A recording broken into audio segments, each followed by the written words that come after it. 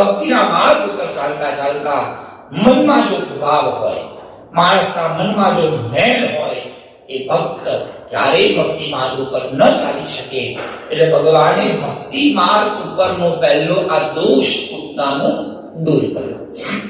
આપણે પણ આપણા જીવનને વિષ મુક્ત બનાવવું જોઈએ. આપણો ભાવ શુદ્ધ થાય એ જ પોતાની કથા આપણને શીખવે છે. ત્યાર પછી 1 મહિનો વીતી ગયો પણ ભગવાનને બહાર કાઢ્યા નથી. માં ગભરાઈ ગઈ છે. મારો કનૈયો એટલો સુંદર આ લોકો આવે એને જોવે, નજર લગાડી દે, આમાં જ આવું થયું. એટલે હવે તો કોઈ દિવસ મારા દીકરાને કોઈ બહાર મોકલવો જ નથી. અને જેટલી ગોપી આવે એક ગોપીને ઘરમાં જ નાખું છું. બહાર ઉભી આવે તો બહાર ઉભી, કદાચ તું પૂતના બંધ નાઈ હોય તો. એટલે 1 મહિનો થઈ ગયો, 2 મહિના થઈ ગયા, 3 મહિના થયા. જે આવે બહારથી બહાર કાઢે. હવે એમાં એક દિવસ બન્યું એવું કે કૃષ્ણ ભગવાને અંગ પરિવર્તન લીલા કરી. 3.5 મહિને ભગવાન પડખું થયા. અત્યાર સુધી સુવાડે કનૈયો સુઈ, પણ આજે કનૈયો જાતે પલટી મારી. ગળું ખાધું ગુજરાતી. જેવા ભગવાને અંગ પરિવર્તન કર્યું, જેવા ભગવાન આળોટ્યા, જાત્યા મૂંગા થઈ ગયા, પછી પાછા જાતે સીધા થઈ ગયા. યશોદાને બહુ એક ગોપી દૂધ આપવા આવી.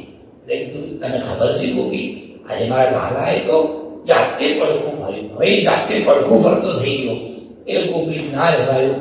અરે એકલી છોકરા નથી, બોલી શ્રી કૃષ્ણ, છોકરા અમારા ઘેરે છે. તને તારા છોકરામાં આટલો બધો અભિમાન, તું તારા છોકરા ઘરમાં રાખે, અમને જોવાય ના દે.